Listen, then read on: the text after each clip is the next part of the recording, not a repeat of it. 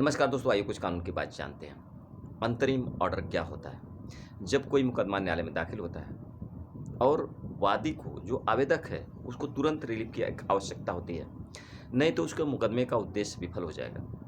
वो मुकदमा करके भी क्या करेगा जब उसे कोई रिलीफ ही नहीं मिलेगी? तो न्यायालय से एक एप्लीकेशन देता है कि जब प्रतिवादी आएगा या फिर प्रतिवादी आने के बाद भी ये एप्लीकेशन दिया जा सकता है।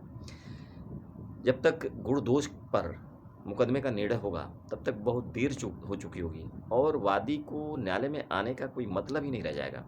ऐसी अवस्था में उसे एक तुरंत रिलीफ की आवश्यकता होती है कि तब तक उसको, जैसे भरण-पोषण का मुकदमा है, तो उसे जीवन जीने के लिए कुछ भरण-पोषण विपक्षी से दिलाया जाए, जिससे मुकदमा वो लड़ सके।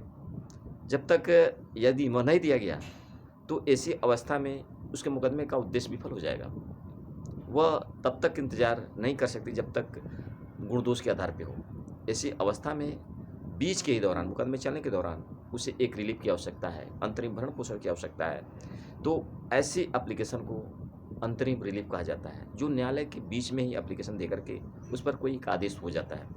दोस्तों, जानकारी कैसी लगी? अगर अच्छी लगी तो लाइक करें, शेयर करें, सब्सक्राइब करें। धन्यवाद।